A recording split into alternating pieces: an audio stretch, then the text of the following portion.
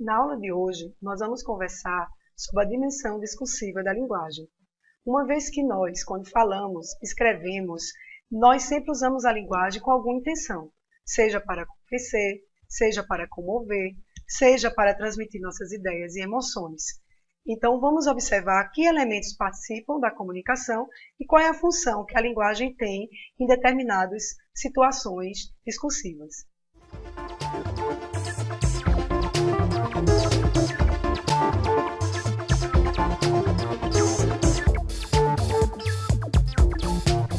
Olhando esse quadro, nós percebemos que inicialmente temos dois participantes da comunicação, o emissor e o receptor. Eles transmitem umas ideias um para o outro. Para isso, tem que haver uma mensagem. A mensagem tem que ter um assunto, não é isso? O assunto é justamente o referente, sobre o que nós estamos conversando. Para que a mensagem seja transmitida, é necessário um canal, que é um meio físico que nós utilizamos para que a nossa mensagem chegue ao receptor. Pode ser um telefone, pode ser a própria internet, o Facebook que vocês tanto utilizam. Além disso, temos o código, que é a linguagem que usamos. A língua portuguesa, por exemplo, é um código, que é um conjunto de sistemas em que os falantes dominem para que haja comunicação. De acordo com a função que a linguagem tem, cada linguagem vai se centrar em um desses elementos da comunicação. A função emotiva é a função que usa a linguagem com a intenção de transmitir ideias, emoções, opiniões, pensamentos do emissor. Sempre que a gente utiliza a linguagem para dirigir ao nosso receptor, conversando sobre o que sentimos, nós estamos usando a linguagem na sua função emotiva. Que textos nós utilizamos a função emotiva, além da oralidade? Nós temos as poesias. Aí na tela vocês estão vendo o poema O Guardador de Rebanhos. Nele, nós vamos perceber a presença de um eu, que em primeira pessoa revela o que sente diante do mundo. Há metafísica bastante em não pensar em nada. O que penso é o do mundo. Sei lá o que penso do mundo? Se eu adoecesse, pensaria nisso. Que ideia tenho eu das coisas? Que opinião tenho sobre as coisas e os efeitos? Que tenho eu meditado sobre Deus e a alma e sobre a criação do mundo? Veja que o emissor aí se interpela, se questiona sobre sua visão e sua condição no mundo. No outro exemplo, nós temos uma declaração de amor. Nas declarações de amor, nós transmitimos para o nosso amado os nossos sentimentos e emoções. Veja bem, eu te amo. Eu te amo desde aquele dia que você olhou para mim. Nada me disse, apenas o senti. Em nada pensei, apenas me encolhi. Dentro deste sentimento morri. Assim me sinto feliz. Veja que o emissor aí está usando a linguagem apenas para transmitir seus sentimentos, seus questionamentos interiores. Outra função da linguagem é a apelativa, também chamada de conativa. Quando usamos essa linguagem para atingir o nosso receptor, promover uma alteração nele, convencê-lo, persuadi-lo, interpelá-lo, chamar sua atenção. É o caso das propagandas. Essa propaganda que vocês estão vendo aqui, das chapinhas São Leonardo, o anunciante vai utilizar de recursos para atingir o receptor a comprar o produto. Há 500 anos fazendo a cabeça das mulheres. Antes, Mona Crespa, depois, Mona Lisa. Veja que ele também utiliza do humor, de alguns recursos que vão atrair o receptor para essa mensagem, mas a função principal é convencer o consumidor a adquirir este produto. A função apelativa também está em vários lugares, em vários textos que estão ao nosso redor. Por exemplo, à direita nós temos voltem sempre, uma placa se dirigindo ao receptor, afirmando que ele, dizendo para ele, vir sempre a esse lugar. Nós usamos também, sejam bem-vindos. Então, sempre que nós utilizamos a linguagem para nos dirigir ao receptor, procurando persuadi-lo, convencê-lo, ou simplesmente atrair sua atenção, nós usamos a função apelativa da linguagem. Outra função que está muito presente no nosso dia a dia é a função referencial. Lembram quando nós falamos do referente, um dos elementos da comunicação? É justamente aí que a linguagem está centrada. O referente é o assunto, o conteúdo, sobre o que nós estamos falando.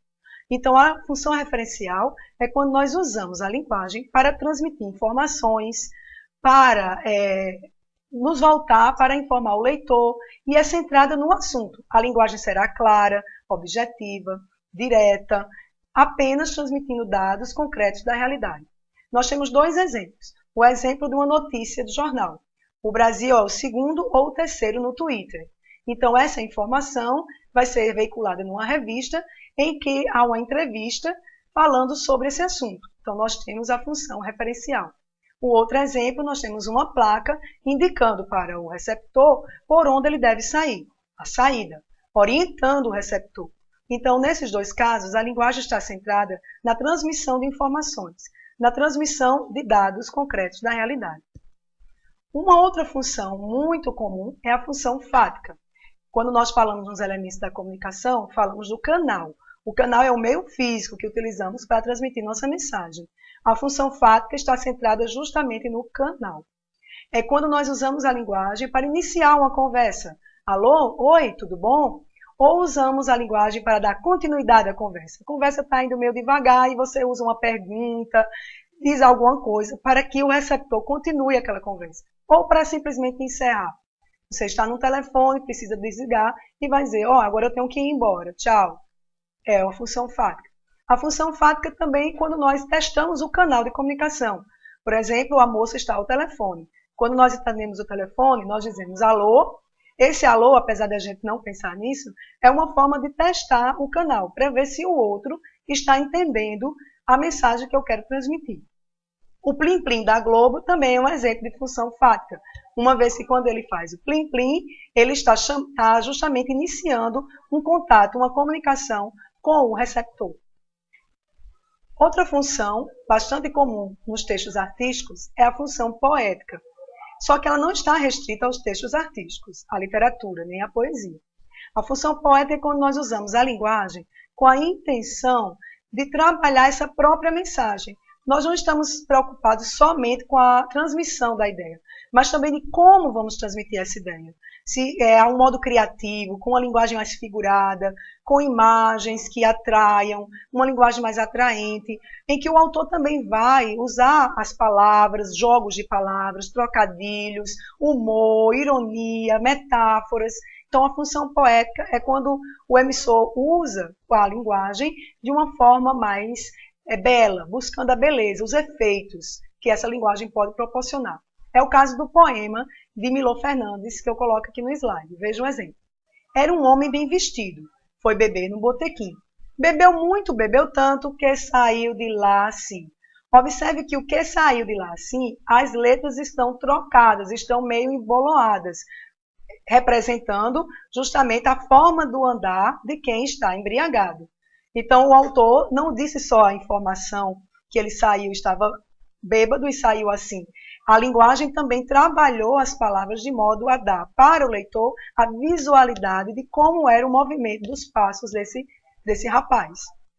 O outro exemplo é na propaganda. A propaganda se utiliza muito da função poética, porque botar uma propaganda apenas dizendo compre esse produto, talvez não seja algo tão atraente. Então, muitas vezes, os anunciantes, os publicitários, utilizam uma linguagem mais criativa, uma imagem, uma palavra, um efeito.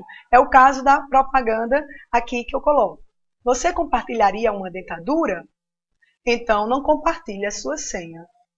É uma instrução para o emissor acerca da não transmissão de sua senha para desconhecidos, porque isso acarretaria um grave problema. Então, para ele dizer isso, ele pega a imagem da dentadura, que é algo extremamente íntimo, pessoal, que ninguém vai estar usando, e vai comparar a senha, que também é algo pessoal, intransferível. Daí, a propaganda tem a função apelativa, que é instruir o receptor, mas, ao mesmo tempo, ela está utilizando uma linguagem poética.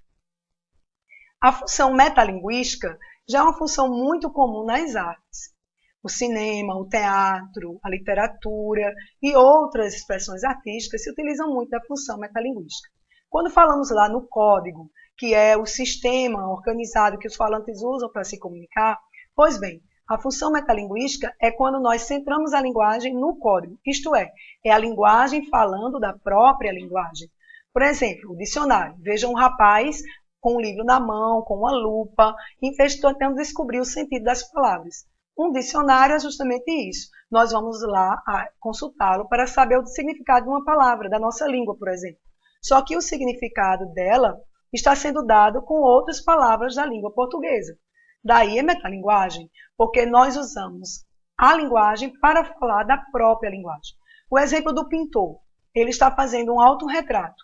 Mas veja que o pintor aí está fazendo uma tela em que ele está reproduzindo a sua própria criação. Ele pinta ele mesmo. Ele faz uma tela mostrando como é o processo de criação dele. Então, é a pintura falando sobre a própria pintura. A linguagem falando sobre a linguagem. Outros exemplos de função metalinguística. Veja essa tirinha do H. Hamlet, o que é amor? Amor é um substantivo. Simples, masculino, abstrato. Você é tão romântico. Então, veja que H faz uma pergunta e ele vai responder dando o significado da palavra amor. É um substantivo masculino, abstrato.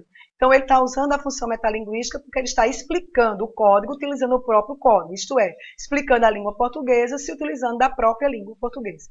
No quadrinho abaixo, nós temos o Cebolinha, correndo dentro do quadrinho. Corra, que a Mônica está quase nos alcançando.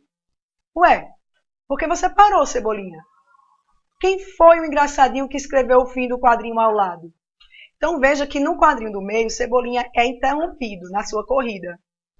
Por quê? E ele no terceiro quadrinho, ele diz quem foi que botou o fim na história. Então veja que o quadrinho está contando uma história que nela está inserida a própria construção do quadrinho, em que quem desenha esse quadrinho, ele vai interferir na produção. Então veja que é o quadrinho falando sobre a própria produção do quadrinho, é um gênero falando do próprio gênero. Só que essa diferença de funções não é assim, estanque. Se tem função emotiva, só tem função emotiva. As funções se misturam no mesmo texto. Um mesmo texto pode ter várias funções, mesmo que haja uma função predominante. Veja um exemplo dessa propaganda do quasar boticário. Quer quasar comigo? Então veja que ele bota o quasar, o perfume no meio, e comigo. Quando ele faz essa pergunta, ele utiliza a função apelativa, porque ele quer vender o produto, mas ao mesmo tempo ele se utiliza da função poética, uma vez que ele pega um efeito de sentido. Bota o perfume, que tem um nome semelhante a quer casar comigo. O outro poema de Vinícius de Moraes. De tudo ao meu amor serei atento, antes de contar os eles, sempre, tanto, que mesmo em face do maior encanto, dele se encante mais meu pensamento. A função predominante é a função poética, uma vez que o artista está usando a linguagem figurada, a linguagem criativa, é uma poesia, para transmitir sua mensagem. Mas veja que há uma outra função aí, que é a função emotiva, uma vez que o poeta está falando em primeira pessoa, expressando seus sentimentos numa linguagem poética. Função emotiva e função poética. Assim concluímos esse primeiro momento da nossa aula sobre as funções da linguagem.